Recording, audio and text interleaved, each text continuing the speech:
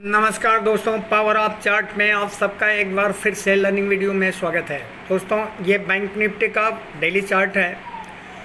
अब bank Nifty के daily chart को हम स्टडी करेंगे कि आज मार्केट में क्या हुआ, मतलब आज मार्केट में किस तरह से एक्टिविटीज़ हुए, मार्केट ऊपर गया नीचे गया, क्या सिचुएशन बना था डेली चार्ट में। तो दोस्तों, ज़्यादा एनालिसिस करने की ज़रूरत नहीं होती है, केवल आपको उतना ही एनालिसिस करने की ज़रूरत है जिससे आपको बाज़ार का एक सही दिशा और दशा पता चल सके, जिससे आप सही तरीके से ट्रेड लेने में सफल हो सकें। तो दोस्तों, इंट्राडे ट्रेडिंग करने वालों के लिए ज़रूरी है कि आप पहले डेली चार्ट देखें, इसके बाद 15 मिनट का चार्ट या 5 मिनट के चार्ट, जिस चार्ट पे आप जो है इंट्राडे ट्रेडिंग करते हो उस पे जाना है। तो इंट्राडे ट्रेडिंग के लिए पहले हम डेली चार्ट को देखेंगे। डेली चार्ट में आज क्या हुआ दोस्तों, डेली चार्ट में हम ये देख रहे हैं कि कल मार्केट 42,678 पे क्लोजिंग करता है और मार्केट आज 119 पॉइंट गैप डाउन ओपनिंग हो करके धीरे धीरे ये ऊपर की तरफ जाना शुरू करता है।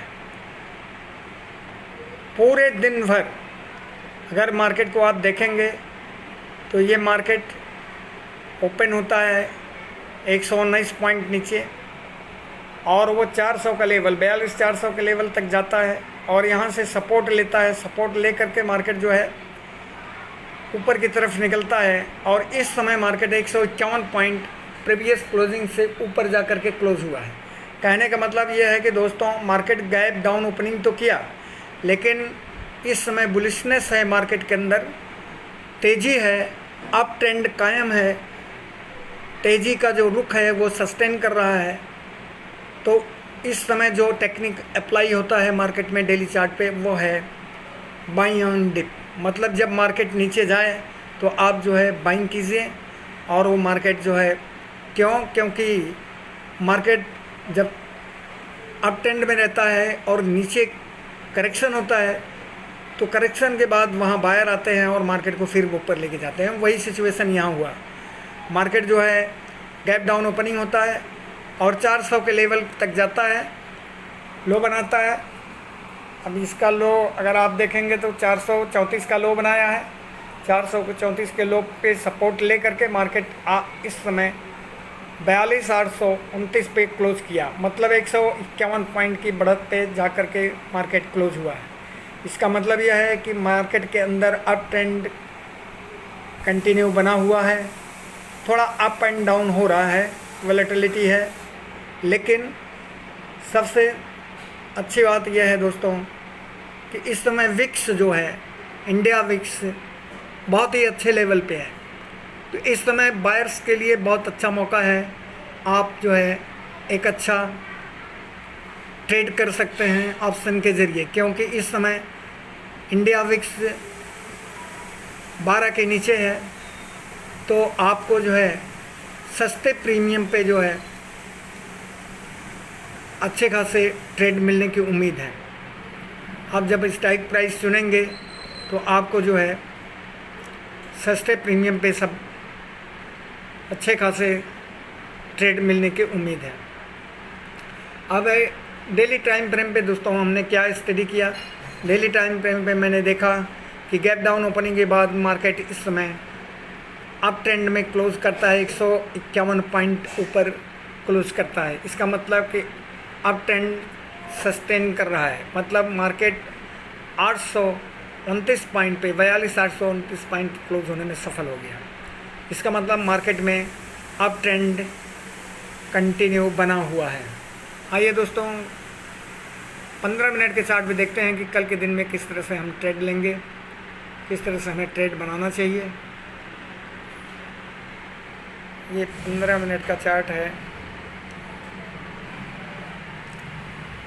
15 मिनट के चार्ट में दोस्तों अगर थोड़ा सा आप ध्यान दें तो कल के डेट में क्या हुआ था। कल के डेट में ये डबल टॉप का फॉर्मेशन हुआ दोस्तों। ये कल के डेट में डबल टॉप, एक टॉप ये है तो इस टॉप से ये लोअर टॉप था, मतलब ये एक पीक है और इस पीक से नीचे पीक बनता है और इसके बाद मार्केट थोड़ा नीचे जा कर के बंद होता है। और आज देखो मार्केट गैप डाउन ओपनिंग होता है, लेकिन लास्ट में मार्केट इस लेवल को क्रॉस करते हुए, इस लोअर पीक को क्रॉस करते हुए मार्केट यहाँ क्लोज कर दिया, मतलब 42,829 पे क्लोज किया है। कहने का मतलब है कि दोस्तों ये जिस लेवल पे मार्केट क्लोज किया है, ये लेवल आपका रेसिस्टेंस लेवल है। अब मार्केट यहाँ क्या कर सकता है, कितनी संभावनाएं हैं? 3 तरह की संभावनाएं हैं दोस्तों। मार्केट 3 तरह से ही यहाँ काम कर सकता है। एक तो कास्ट टू कास्ट ओपन हो और यहाँ सस्टेन करें, मतलब 700-800 के बीच में अगर मार्केट ओपन होता है, 42,700 और 800 के बीच में,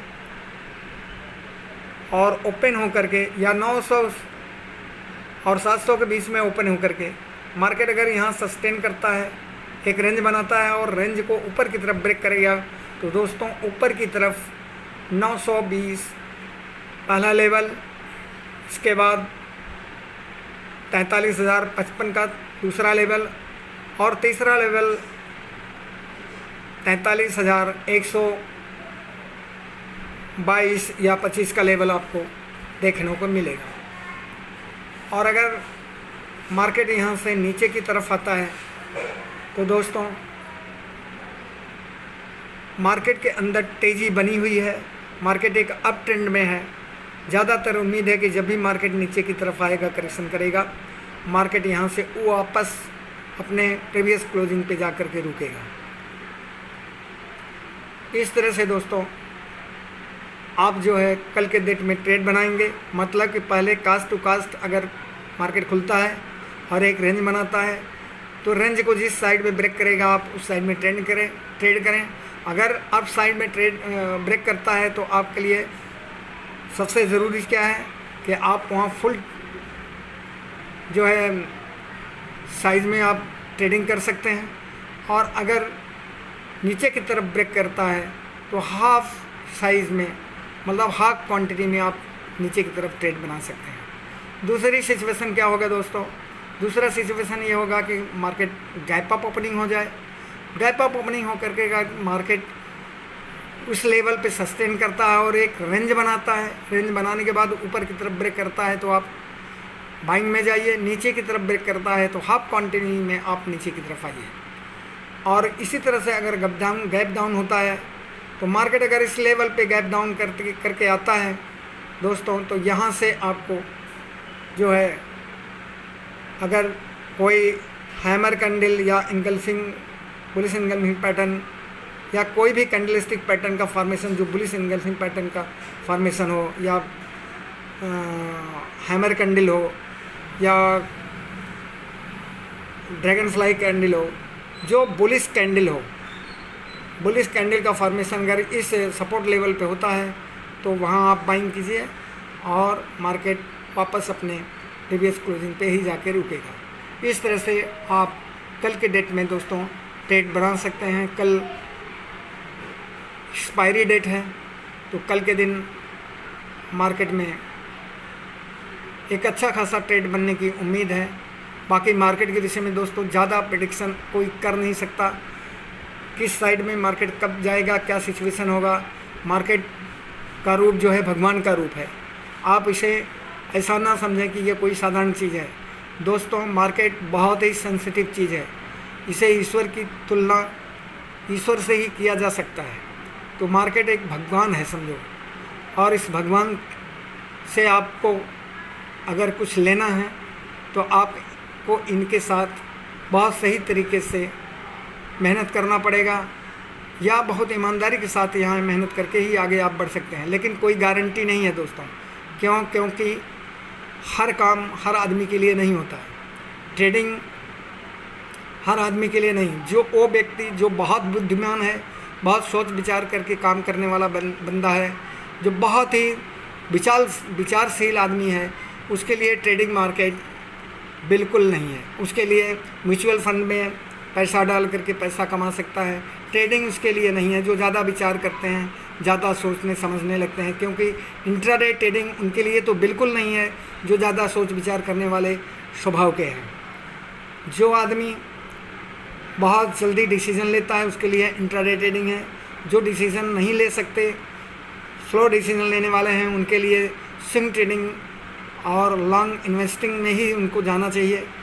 इसलिए दोस्तों सोच समझ करके मार्केट में आप जो है बहुत विचारशील होकर के बहुत समझ बूझ करके किसी फील्ड में कदम रखें, वरना आपका यहाँ नुकसान होना 100% तय है। आप जो लोग जानते होंगे दोस्तों कि इस फील्ड में आप लोग भी बहुत समय से काम कर रहे हैं, आप खुद अपने से पूछें कि आप कितना यहाँ से कमाया और कितना यहाँ से गंवाया। गंवाए ज़्यादा होंगे, आप कमाए बिल्कुल नहीं होंगे। तो दोस्तों ये ऐसा फील्ड नहीं है कि यहाँ हर आदमी कमा सके, क्योंकि अगर आप यहाँ से जनरेट नहीं कर पा रहे हैं इनकम, तो यहाँ पैसा डालना बंद कर दें और सीखें और फिर से ट्राई करें।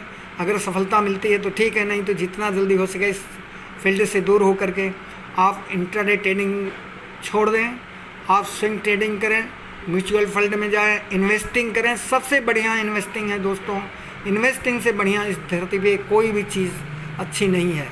इन्वेस्टिंग से आप एक अच्छा बिजनेस पाते हैं, एक अच्छे कंपनी में इन्वेस्ट करते हैं, कंपनी का मालिक बनते हैं, आपको डिविडेंड मिलता है, आपका कैपिटल सेफ रहता है। दोस्तों इंट्राडे ट्रेडिंग में पैसा बनाना बहुत मुश्किल काम है और लोग इसमें बर्बाद ज़्यादा होते हैं, आबाद बहुत कम होते हैं। दोस्तों आप थोड़ा सा अपना दिमाग लगाएं, किस तरह से यूट्यूबर आपसे गिड़गिड़ाते हैं कि आप लाइक कीजिए, मुझे इतना 1000 लाइक कीजिए तो हम आपको जो है अगला वीडियो बना के देंगे। अरे क्या एहसान करेंगे? क्या एहसान नहीं करते वो उनको व्यू चाहिए, उस पर उनको यूट्यूब से कमाई होती है, तो वो कमाई के चक्कर में पड़े हैं। आपको अपना देखना है। आपको अगर प्रॉफिट होता है इंट्राडे ट्रेडिंग से तो ही इस फील्ड में जाइए। अगर इंट्राडे ट्रेडिंग से आप बहुत कुछ लॉस करते चले जा रहे हैं तो कृपया हाथ जोड़ के प्रार्थना है कि आप इस फील्ड से जितना जल्दी से जल्दी हो सके अपने आप को अलग करके स्विंग ट्रेडिंग में जाइए, इन्वेस्टिंग में जाइए। कोई ज़रूरी नहीं है दोस्तों, आप गूगल कर लीजिए, गूगल करके देखिए कि सबसे ज़्यादा जो जिन लोगों ने दौलत बनाया है शेयर मार्केट से वो केवल इन्वेस्टिंग से बनाया है, ट्रेडिंग से बिल्कुल नहीं बना है। तो दोस्तों ट्रेडिंग करना बहुत ज़रूरी नहीं है, ट्रेडिंग करना बहुत ज़रूरी नहीं है, केवल इन्वेस्टिंग करना बहुत ज़रूरी है दोस्तों। मेरी इस बात पे ध्यान दीजिए दोस्तों। और दोस्तों कुछ लोगों को तकलीफ़ है कि कौन सा स्ट्राइक प्राइस कैसे सेलेक्ट करें। तो स्ट्राइक प्राइस सेलेक्ट करने का कोई जादुई चीज़ नहीं है दोस्तों। सीधा सा दिमाग लगाना है कि मार्केट इस समय कहाँ ट्रेड कर रहा है। अगर मार्केट वहाँ जैसे इस समय मार्केट 42,800 पे ट्रेड कर रहा है तो आप एट द मनी ले लीजिए, 42,800 का स्ट्राइक प्राइस सेलेक्ट कर लीजिए, पुट और कॉल दोनों लगा लीजिए, या थोड़ा इन द मनी ले लीजिए, वो ज़्यादा अच्छा है। तो इस तरह से आप जो है सेलेक्ट कीजिए, आप एट द मनी रहें, इन द मनी रहें, इससे ज़्यादा आप ऊपर नीचे कुछ करें ना। बहुत ज़्यादा यहाँ रॉकेट साइंस नहीं है स्ट्राइक प्राइस सेलेक्ट करने का। जिस लेवल पे आपका बैंक निफ्टी या निफ्टी ट्रेड कर रहा है उसी लेवल का स्ट्राइक प्राइस सेलेक्ट करके आप जो है ट्रेड लेना शुरू कीजिए। दूसरा दोस्तों कुछ लोगों का सवाल है कि बैंक निफ्टी में सबसे ज़्यादा वेटेज किस बैंक का है। तो दोस्तों बैंक निफ्टी में सबसे ज़्यादा वेटेज HDFC बैंक का है, इसके बाद ICICI का है, इसके बाद आपका SBI है, इसके बाद एक्सिस बैंक है, कोटक बैंक है, ये सब बैंकों का है दोस्तों। तो आपका कितना है? HDFC का सबसे पहले है, पहले नंबर पे HDFC बैंक है जिसका 29% इसका वेटेज है निफ्टी बैंक में। और इसके बाद है ICICI बैंक का, इसका भी 25% है। और SBI का दोस्तों 11% है, एक्सिस बैंक का भी 11% है, कोटक बैंक का 11% है। इस तरह से कुल 5 बैंक हैं जो मेजर बैंक हैं और इन सब बैंकों का ज़्यादा वेटेज है दोस्तों। बाकी और 7 बैंक हैं उनका बहुत थोड़ा कॉपरेशन है इसमें, लेकिन मेजर जो वेटेज रखते हैं वो HDFC बैंक एक नंबर पे है, दूसरे नंबर पे ICICI बैंक है, तीसरे नंबर पे आपका SBI है, चौथे पे एक्सिस बैंक है और पाँचवें पे कोटक बैंक है और इंडसइंड बैंक का भी है। तो इस तरह से इन सब का मतलब ICICI बैंक का और HDFC बैंक को छोड़ दीजिए तो बाकी सारे बैंकों का 11% वेटेज है और HDFC बैंक का 29% वेटेज है और ICICI का 25 है। तो इस तरह से दोस्तों ज़्यादा नॉलेज लेने का मतलब है दोस्तों अपने आप को नॉलेजेबल करना ज़रूरी है, लेकिन इतना नॉलेज ना हो जाए कि वो नॉलेज किसी काम का न रहे। वही नॉलेज गेन करो जिससे आपके घर में पैसे आए। आप बहुत सारा नॉलेज गेन करके PhD करके कोई मतलब नहीं है शेयर मार्केट में। आप वो नॉलेज गेन करें जैसे आपको इन्वेस्टिंग कैसे करना है, कौन सी कंपनी अच्छी है, किस कंपनी में हमको इन्वेस्ट करना है और किस तरह के हमको जो है पैसा एलोकेट करना है या पोर्टफोलियो कैसे बनाना है, वो सब सारी चीज़ों का स्टडी कीजिए दोस्तों। शेयर मार्केट में बहुत कुछ अच्छी चीज़ें जानकारी रखने की ज़रूरत है। जैसे आपको किस तरह से बैलेंस शीट पढ़ते हैं उसकी जानकारी रखिए, चार्ट स्टडी कैसे करते हैं उसकी जानकारी रखिए, एरिया ऑफ वैल्यू चार्ट में क्या क्या होता है उसकी जानकारी रखिए। जब तक आप एरिया ऑफ वैल्यू को चार्ट पे नहीं समझेंगे आप चार्ट रीड ही नहीं कर सकते दोस्तों। तो इसलिए इस तरह से ये सारे फैक्टर्स हैं दोस्तों, आपको जानने की ज़रूरत है। चार्ट कैसे रीड करें, किस तरह से क्या क्या चीज़ें, और बहुत ज़्यादा एनालिसिस करने की ज़रूरत नहीं है दोस्तों। बस इतनी एनालिसिस करें जिससे आपका ट्रेड लेने में आसानी हो और अपने साइकोलॉजी को आप डेवलप कर सकें। थैंक यू दोस्तों, मिलते हैं अगले वीडियो में। दोस्तों जाते जाते आप लोग कृपया चैनल को सब्सक्राइब कीजिए, लाइक कीजिए और शेयर कीजिए। Thank you.